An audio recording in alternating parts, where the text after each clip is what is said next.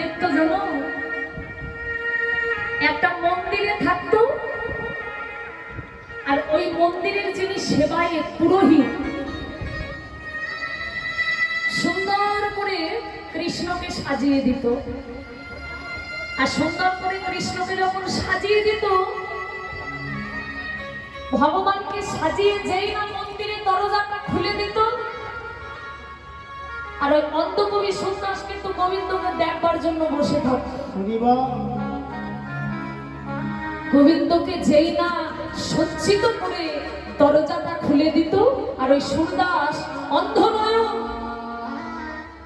অথচ গোবিন্দকে দেখে সঙ্গে সঙ্গে হেসে উঠত, গোবিন্দ, মাধব, মাধব, আজকে আজকে তোমাকে হলুদ রঙের কাপড় পরে দিয়েছে, তোমাকে খুব মিষ্টি লাগছে গো, তোমাকে খুব সুন্দর লাগছে গো।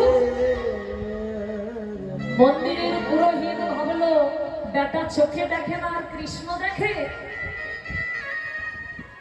তার পরের দিন একটা লাল রঙের কাপড় পরিয়েছে কৃষ্ণকে।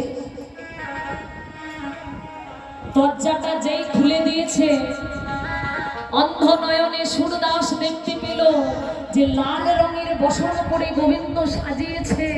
হাসতে হাসতে বলে উঠল, দয়াময়, লাল রঙের কাপড় পরেছ তুমি, তুমি লাল রঙের পোশাক পরেছ, তোমাকে খুব ভালো লাগছে। আর পুরোহিত তখন মনে মনে ভাবে বেটা চোখে অন্ধ, আর কৃষ্ণ দেখতে পাও,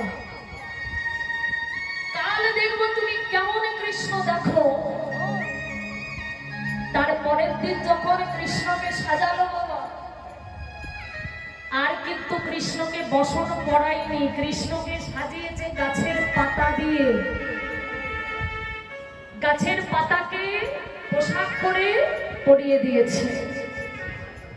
এবার সুন্দর করে পোশাকটা পরিয়ে, পাতা দিয়ে পোশাক করে পরিয়ে যেই না দরজাটা খুলে দিল, সঙ্গে সঙ্গে সুরদাস ভগবানকে দেখে কেঁদে উঠল,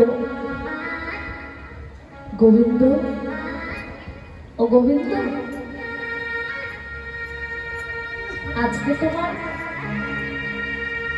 তোমার পোশাক জোটে,